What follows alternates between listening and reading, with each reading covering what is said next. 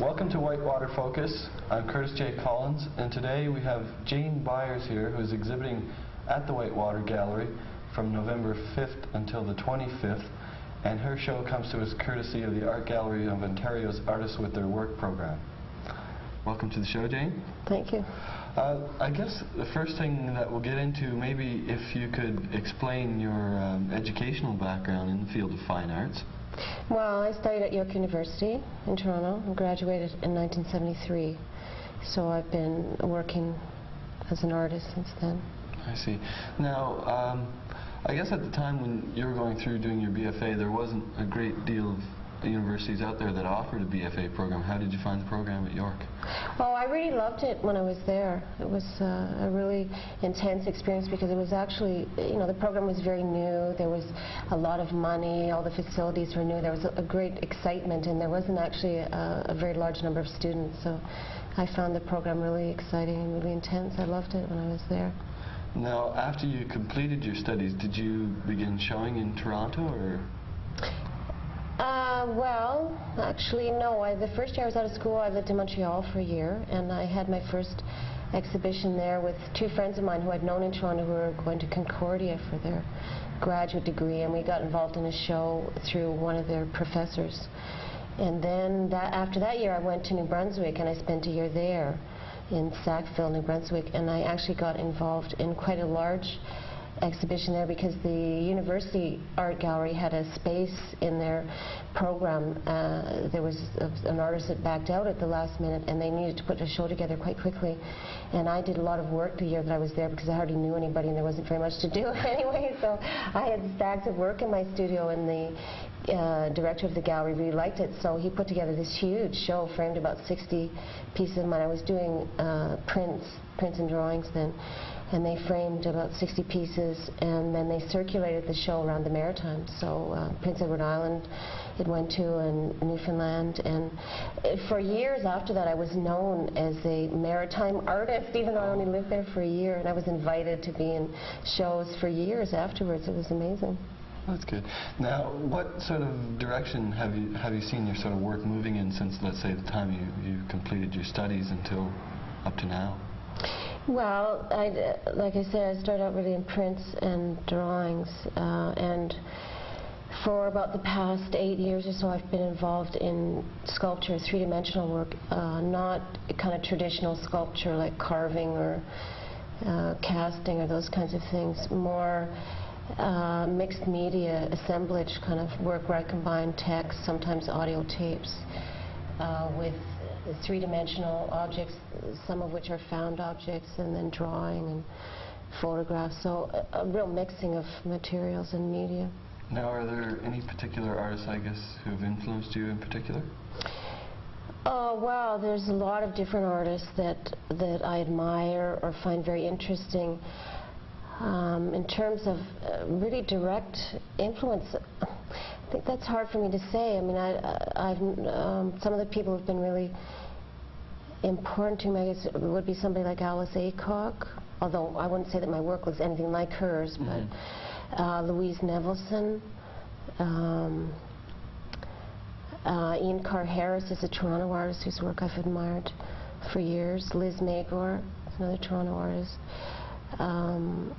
I don't know, there's many artists whose work I've admired for a long time, but I wouldn't say that my work has been directly influenced by them. Betty Goodwin, I think, is a wonderful artist and a wonderful person.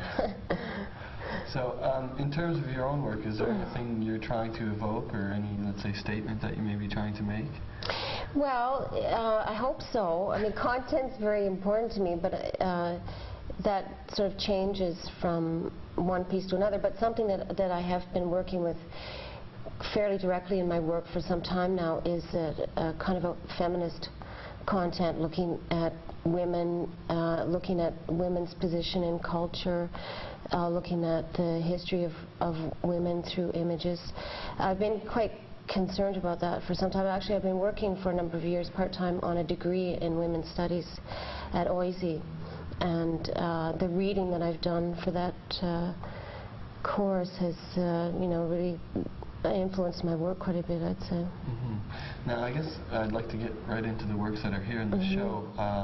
The first work is Interior Architecture 1. If you could explain what you're trying to do and I guess how you arrived at it as well. Gee, I wish you hadn't asked me that one. For some reason I find that's the most difficult work of mine to explain, and I'm not really sure why. There's a lot of different components in the piece. There's a shelf with what looks like some kind of archaic tools that are things I carved out of wood, and they're finished with kind of car paints to give them a metallic look. And there's 3 plates, 2 copper and 1 stainless steel, with an etched image of an iron that's from a Scientific American from about 1910. And then there's 2 photo images of women ironing in factories, shirt factories, and there's a drawing of a nasturtium flower that's a single, a double, and a double-double. And it's sort of the overall format of it, and the title refers to the idea of domestic decoration, how people within their homes, generally women, display this kind of important artifacts that, family photos, little ceramic objects, things that have importance and significance in a sentimental way to the family, that are displayed in the home as, sort of to show off to friends and to kind of show pride in the domestic environment. That sort of domestic decoration is very interesting to me. So the piece sort of picks up a little bit on that idea. But the actual content of the various images in the piece, the overall meaning of it, I guess, is partly what I was trying to do was make some connection with women and technology. I think the history of technology tends to be spoken of in terms of male achievements. And I think the sort of history of women's involvement with that is sort of denied or not spoken of. So partly I was trying to make a connection between women and technology, but also some of the kind of hidden history of women within the home, that there's this idealized image of women as, delicate flowers or something, but in fact they actually work very hard. I guess that kind of leads us into the piece after that, Interior Architecture 2, where, as you said, there's a number of birdhouses in this piece, which sort of symbolize the home and how it's a trap and a haven in some way.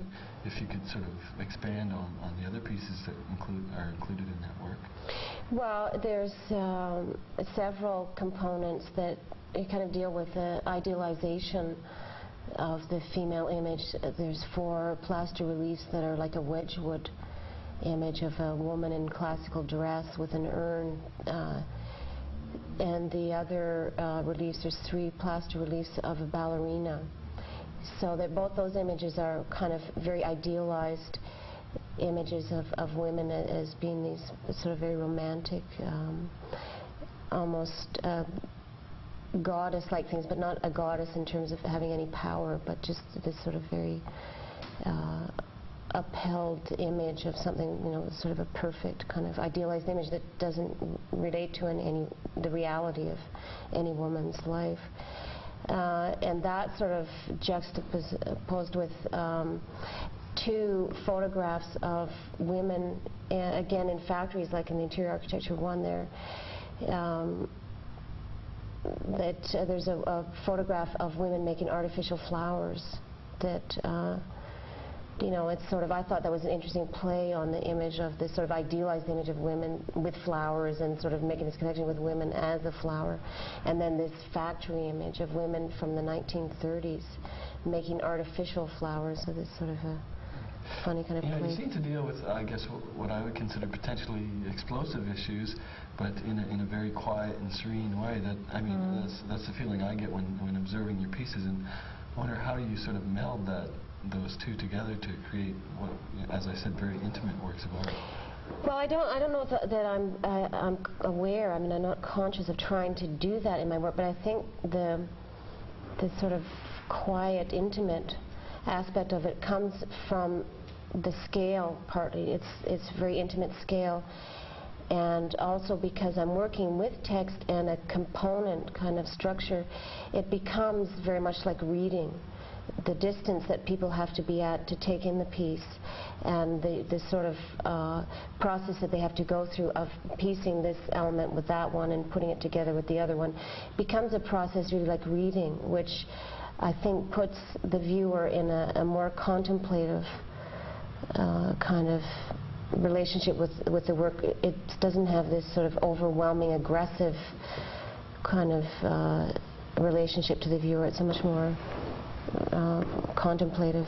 Okay, so we'll move actually to two more works that are quite different. There's Leaves of Knowledge, I guess, which is a chest of drawers, and again, using that in the, I guess, in the context of art is quite different. So how are you able to present it as art, or how do you feel you can do that? Well, I work a lot with found objects, and I find it interesting to combine things from the real world with things that I've created myself.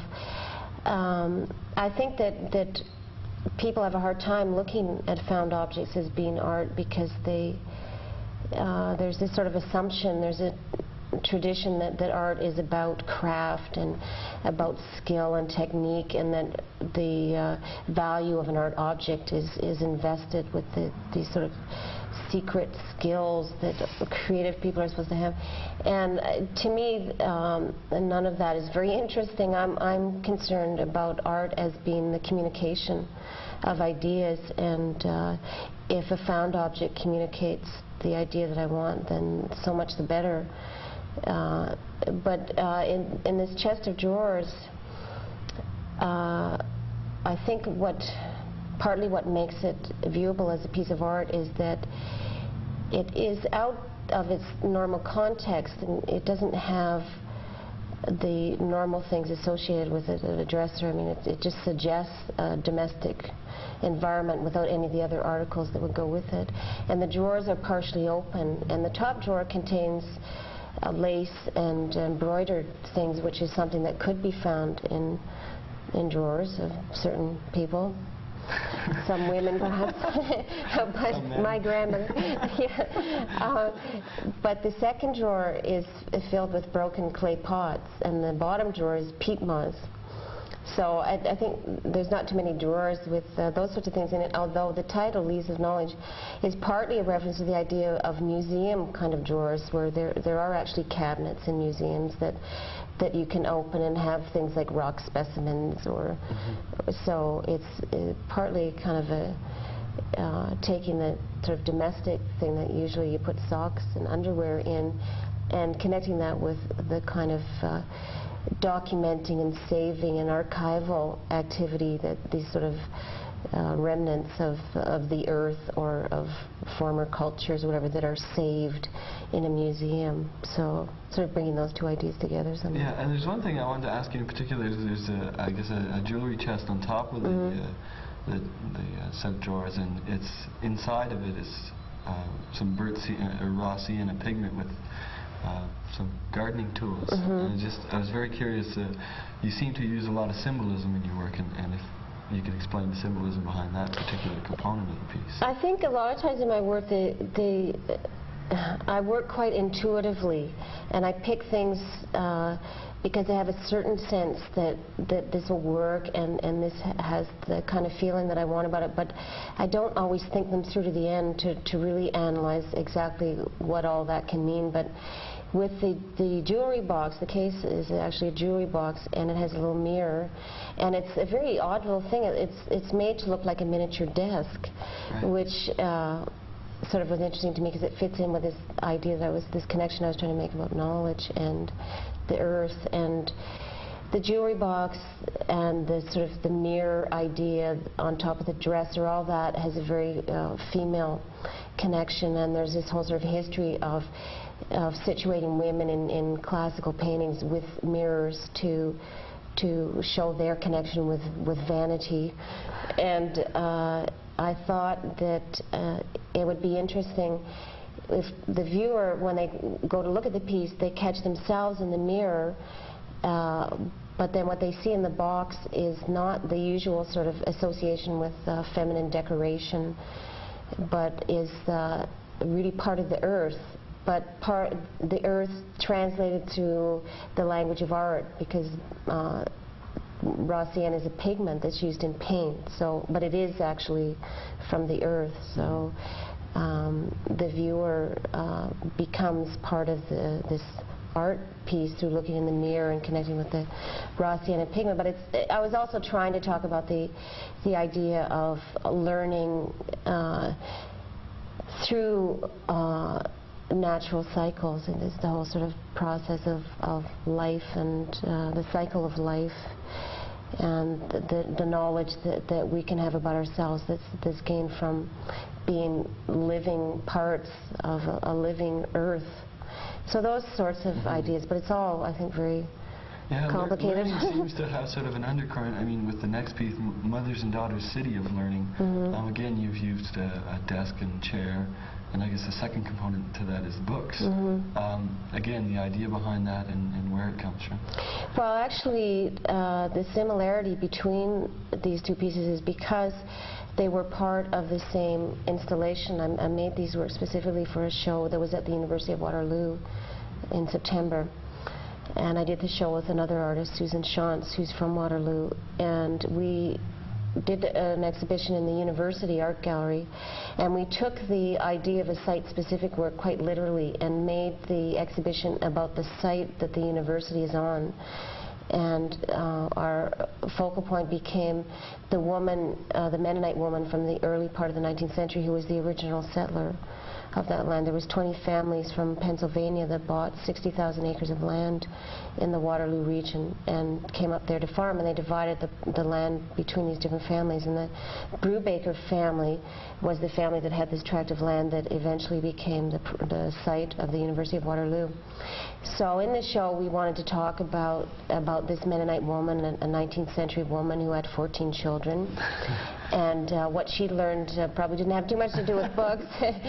But then, you know, the connection with her life and what she would have, her knowledge that would have been very much about the land and nature and the whole sort of cycle of life through her family and 14 children, with the sort of more formal kind of learning that goes on now in the university, that's through less through direct experience and more through analytical, theoretical sorts of things.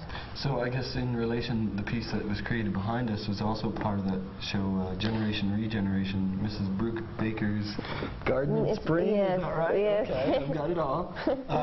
Actually, this I was quite interested in when the first time I was able to view them.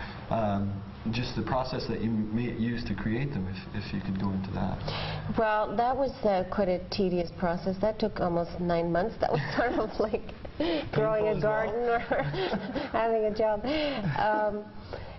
I made the blocks out of wood. They're actually pine, which probably wasn't a good choice of wood because it was rather soft. But anyway, I cut these blocks out of 2-inch pine and then sanded them and covered them with slightly tinted gesso, and I had to put on about 6 coats of gesso and sand in between. I was trying to make the surface of the wood somewhat like a piece of paper, and then I drew on them, which turned out to be kind of difficult. It's not very much like drawing on a piece of paper to draw on a piece of wood. So if I had time to work on half a dozen of them sort of consecutively, then I'd really start to get the hang of it. But then if I left it for a few days and then came back to it, I'd, you know, sort of attack it like it was a piece of paper again, and I'd make dents in the wood. But it just turned out to be a very long, tedious process, and it just about drove me crazy, and a lot of times I almost threw it out, but because it got more and more complicated. And then to finish it off, I had to wax it and buff it and put 3 or 4 coats of that on. So it was very, very long, drawn-out process. I thought if we could as well talk about some of the imagery in the pieces in Mrs. Brubaker's Spring Garden. Garden in Spring. Garden in Spring. Well, they're actually based mostly on images from dictionaries and encyclopedias, science encyclopedias. It's a grid system, but it reads from left to right and in rows from top to bottom.